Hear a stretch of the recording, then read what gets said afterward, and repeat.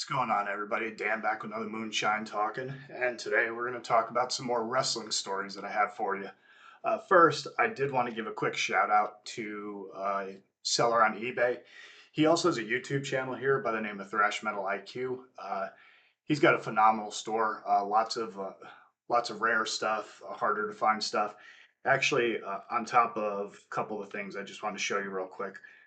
He had some I got an Alabama Thunder Pussy album. I've never heard that one. I like them, but never heard that one, so I picked it up. He had another one, but I was kind of iffy on it. Pale Divine that I mentioned previously, and this one was phenomenal to find. Soylent Green's debut album, Pussy Soul. That I was so stoked that he had this because I've seen it on eBay before and seen it other places, and it's really hard to find, and when you find it, it's super expensive. Like, somebody was charging like 75 bucks on eBay for a copy of it. I was like, no, I'm not paying. That's ridiculous. But yeah, he had it for a decent price and way below that, and I was like, yeah, I'm snatching that up. It's too sweet because that's, yeah, I was super excited to get that. Yeah, this is a killer album. I'll talk about it another time, but yeah, I love Soylent Green. I love that. I love their really crazy, like, sludgecore, uh, tempo shifts, dynamic changes. They're a great band if you're not familiar with them. I've talked about them once or twice before, but yeah, they're great and very very instrumental and synonymous with that New Orleans sludge metal scene. And yeah, so anyhow, but yeah, as far as what made me think about this, I saw an article recently where there was a guy who he's suing the WWE and AEW, which I'm sure most of you know who WWE is. AEW is All Elite Wrestling. That's the other major company in the North America, and he's suing them for $250 million because he claims that they plagiarized from him, stole his gimmicks, his intellectual property. He's he's claiming all sorts of harm: financial, personal, professional, uh, intellectual property, marketing, branding, all this sort of stuff. And it's just crazy. And he filed it last year. It was dismissed. He filed it in one of the courts in Ohio. They dismissed it. I forget the reasoning why they dismissed it. He was allowed to file it again, so I guess he did, but then they had to put a stay on it because the guy was in jail for something else. So it's kind of wild. But it got me thinking about stolen gimmicks in wrestling. Like, wrestling is an insulated business. It's kind of like it's a very small business. Everybody knows everybody for the most part. And if you don't, and if you're in it or you're in it, you either you know everybody or you know somebody who knows somebody, and so on and so forth. You're always like 2 or 3 degrees separated from some pipeline to something in the business, and that's kind of how it is. If you're working for a good company, a reputable company, whether it's on the indies or you're working for one of the majors, either in North America or Mexico, Japan, overseas in Europe, all those places. So it's just kind of like stuff gets around quickly, and it is what it is. So you'll get guys and girls, they'll do a match, they'll see a video of a match. Now you got the YouTube and all the other streaming services. They'll see somebody do a move that they've never seen before, they like. They'll steal that. There's plenty of times where people, probably the not the not the, probably the greatest victim of it is probably Chris Canyon. He was considered the innovator of offense, and he would come up with all these crazy moves, and people would steal them all the time. And whether or not he found them from some indie kids, because when he was in WCW, he used to get a lot of tapes because he was friends with Dallas Page. Page was friends with Eric Bischoff. They lived right next door to each other. And Bischoff would help Page scout new talent. And I think Page recruited Canyon to get a lot of these tapes, and he'd see a lot of the different indie guys from all over the place trying to get jobs with WCW back in the day. And he'd probably see stuff and snag it, and then it'd go from there. Like I said, for lack of a better term, wrestling is a very incestuous business. Not in that way, but you know what I mean. So you have a lot of that. But How does this relate to me? You're asking. Well, I'm going to tell you. So I mentioned it before. One of my first gimmicks was done on the cheap. It was supposed to be kind of like a gothic heavy metal gimmick, and then it kind of went off the rails a little bit in some respects. But it was funny because when I first showed it off at the school, it got laughs and all that sort of stuff. But then probably I want to say like a month later, maybe 2 months later, Chris Jericho was wearing like the arm things on television, and we all just kind of laughed, and we saw it, and we were like, my buddies were all like, "Bro, did he steal that from you?" I said, "I don't know. He might have. I mean, he's Dean's buddy, and Dean might have said something to him." And I used to get a lot of comparisons with Dean to Chris Jericho. Yeah, I think I've mentioned that before, but he always used to compare me to Chris Jericho because we're about the same height, not quite the same size at the time. Both of us like heavy metal. Just a lot of similarities there. So once upon a time, Dean used me as a guinea pig. He was uh, he was testing out. He was dry running some stuff he was going to do in a match with him. So he was working out with me, and it was cool. We're watching a pay per view and see all the stuff that he's beating me up in the ring, and now we're seeing him do it with Jericho. It was kind of cool. But anyhow, so that was one where it was like you kind of get the idea of what the concept of stolen in wrestling is, and then I would say the Dick Feinberg or Kip Feinberg gimmick that we came up with, where we came up with this weird, evil personal trainer. And it was basically because one of the guys there, we were trying to come up with gimmicks for him, one of the students.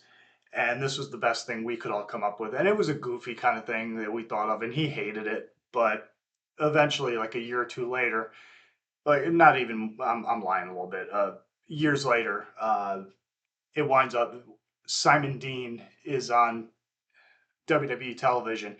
He's doing like this evil personal trainer gimmick, almost like this Tony, what's his name? Tony Little. Is that the guy's name with the ponytail? And he used to do the Gazelle and all the other home gym equipment stuff. But that guy, I'm sure some of you know who he is. But it was just weird because the guy's name was Simon Dean, and if you know Dean, that's Dean's last name. That's his legit last name. So it was just kind of funny that they did that. And then probably the other one that was kind of funny to me, at least, was when we were doing the hillbilly gimmick, when we were Jacob Jonas and Jeremiah, and then I moved on. I was the only one who stuck with it, and ended up being Moonshine McCoy. And the original idea was for us to be like a Devil's Rejects kind of thing, because the promoter saw Devil's Rejects, wanted a group. He chose my buddies, and then they brought me in because the one guy wasn't good. You know that yada yada. I've mentioned this before, but just recap. So I'm at work one day, and I get a text message from my buddy Madison, and he's like, "God damn it, Dan, that should have been you." And I was like, "What the hell are you? What are you yelling at me on the text for?" And he explains to me how he just saw a guy by the name of Bray Wyatt and the Wyatt family. And it was effectively the same gimmick that we were doing, just a little bit more well thought out and well produced. But I told him, because I was out of the business probably at that point before I got back in and got injured.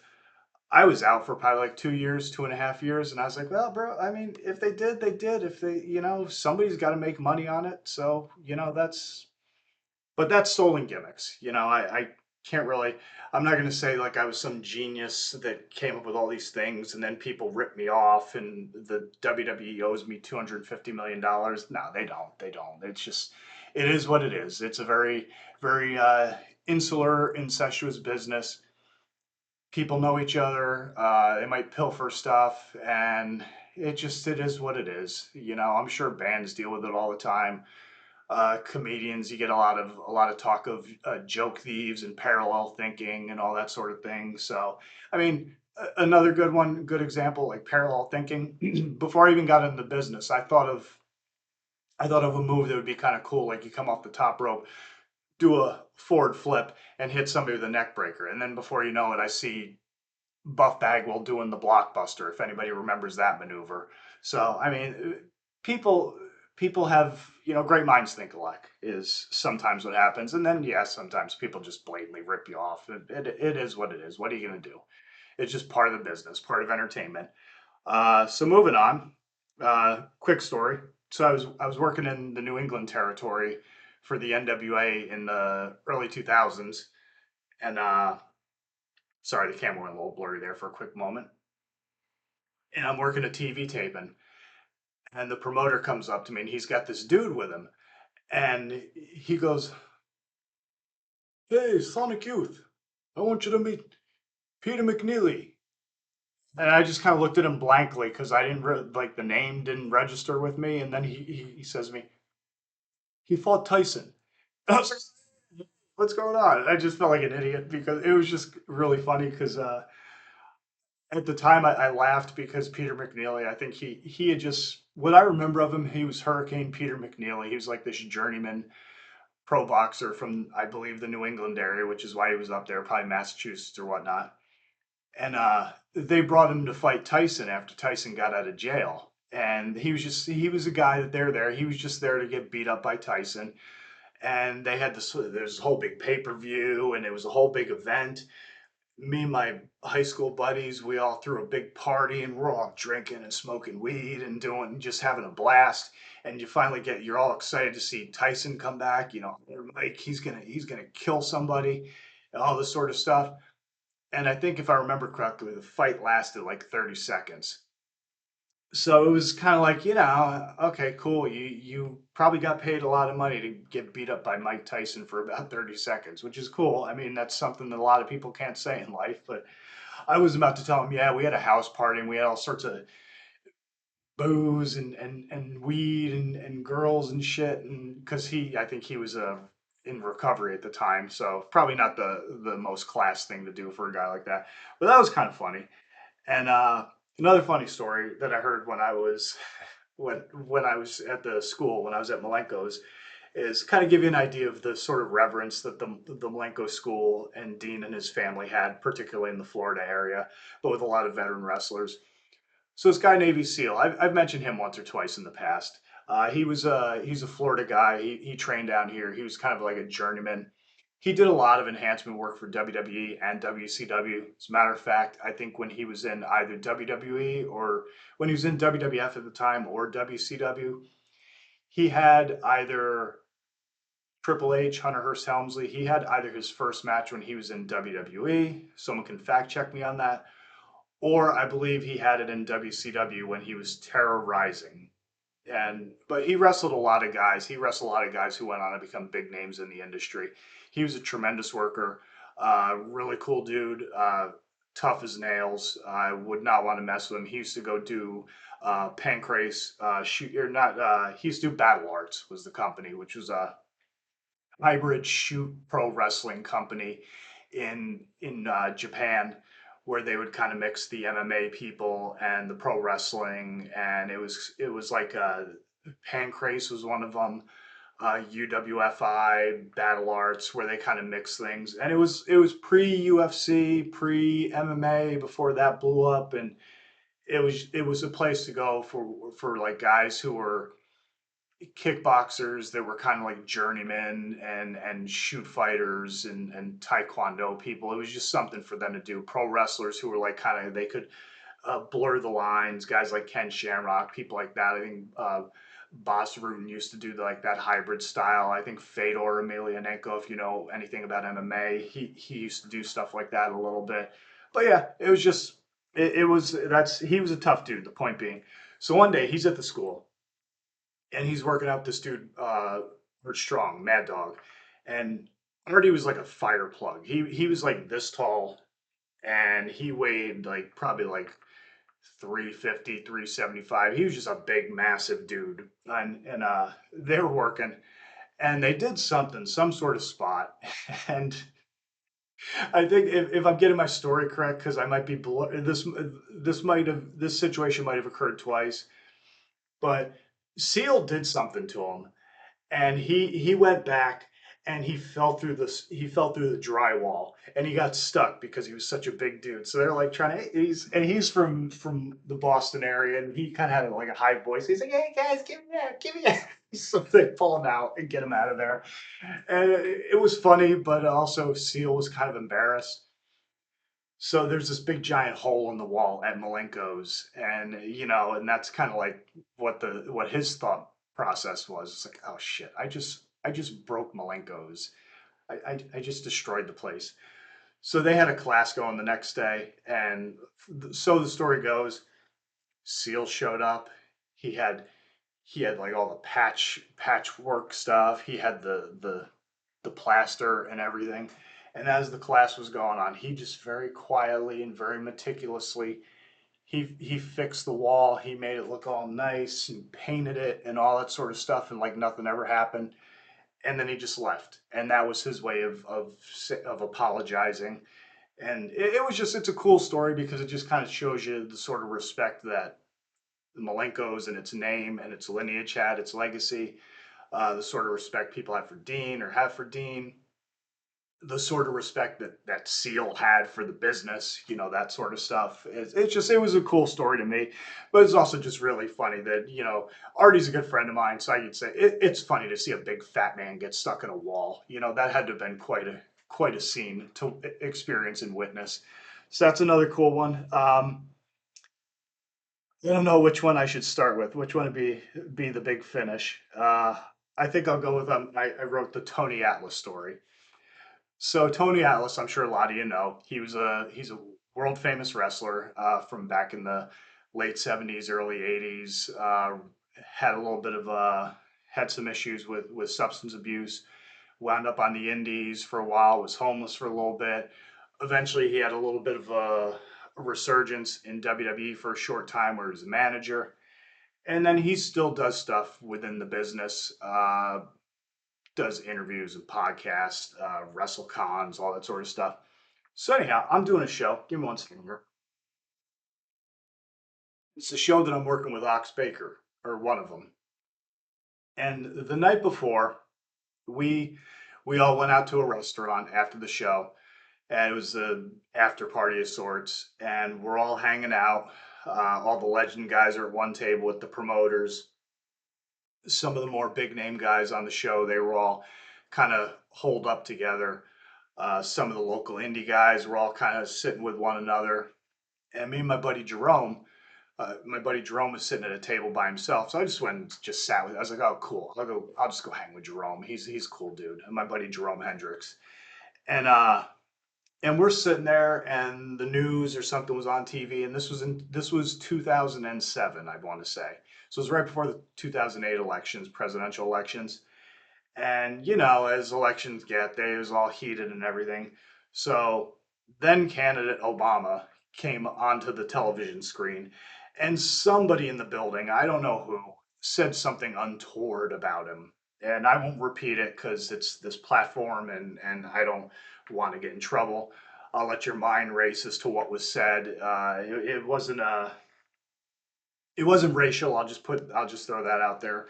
But it was not something that you don't want to say in polite society. So so Tony got real upset. Tony being a black man, he was very upset about this fact. And we're in the locker room the next day. And for some reason, I don't know, I guess because I was doing the hillbilly gimmick, he must have thought that I was the one who said it, which I didn't. And so I wound up in this long winded, just, I don't even know how I got here, conversation about George Bush and the trade towers coming down and religion and all the things that everybody wants to talk about, particularly when you're in a pro wrestling locker room getting ready to work with a legend, the name and size of Ox Baker. And we're just going back and forth. And I'm offering up my opinion on certain things, and he's given his. And my buddy Jumbo, he was a mentor of mine. He was a journeyman guy from Florida. He's there. He's kind of on Tony's side, and they're both like trying to like lead me to whatever their preferred they're trying to confirm their biases through me, if that makes sense. They're just trying to get me to go along with what they're saying, and I'm kind of not having it because it's just I have, especially at the time, I had different opinions than I do now, and so it was just wild. And I was just like, and my buddy Madison, he was there at the show, and he's like, Dan, get away from them. Just get away. And I was like, and I'm looking at him like, try it. I don't know what. So finally, I got saved because I hear Ox Baker screaming from halfway down the where's the hillbilly? We got a match. And I almost missed my match. I was almost didn't get to the match in time because I got stuck with these people going into this ridiculous conversation that I wanted nothing to do with. I don't even know how I got into it over something that happened the night before that I had nothing to do with. So it was wild. It was just a crazy story. Um, I think I mentioned a while ago the Ox Baker thing that, yeah, I mentioned in the comment section to somebody that, yeah, this was part of the story that I didn't tell. And yeah, it was wild. It was really crazy. So, anyhow, I'll try to say this one quick because I'm coming up past 20 minutes right now. But this is what we refer to as the what the fuck's the finish story.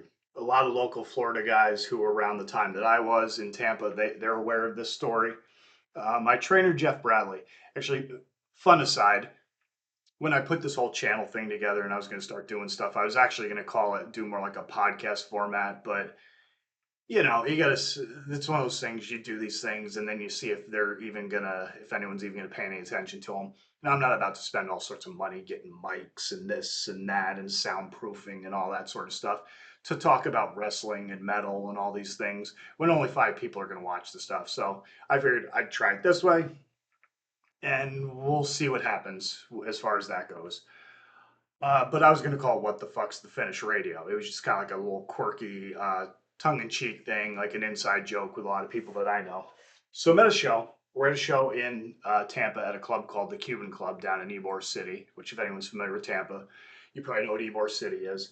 And one of my trainers, Jeff Bradley, he's working with a guy and they're doing a match. And the promotion at that time was all gimmick based. So everybody had a weird gimmick. Like I already had the hillbilly gimmick, but this guy was doing this gimmick. Another guy who was in a tag team, they put him in a monkey suit and he called him and kickboxing shorts and they called him King Kong Fu. Another guy was doing his tag partner was doing the Sheik gimmick, and there's just all sorts of stuff like that. My buddy Madison, he switched his name to Nosadam, which is Madison backwards. Was doing like the Kevin Sullivan devil worship gimmick. And so they had Jeff come out, and he's doing a match, and they just had this guy who was a local talent, just came out as just himself, his normal wrestling gimmick, and they're working the match, and the guy Dave, he was kind of he's got an amateur background, so he could handle himself a little bit, but Jeff's a different breed. Jeff's not only can handle himself, he's also a massive man, and he's tough. So he's kind of like it really, for the most part, you got to be like world class tough to handle Jeff. So they're doing the match, and something happens, and depending on whose story you believe, Jeff said something. He was either getting heat or being a dick, and said some hurled some epithet at somebody or something, and then Dave decided that he was going to defend the club's honor because it was a Cuban club, and Jeff said something, so he decided he was going to defend the club's honor, and he started doing whatever he was trying to do with Jeff. I'm really not quite sure what he was trying. And next thing you know, Jeff starts wearing this dude out, and I mean, it was he's chopping him and just beating the hell out of him. And wrestlers a bunch of sadists and curmudgeons, so it's kind of the whole locker room starts coming out and peeking their heads through the curtain to see what's going on.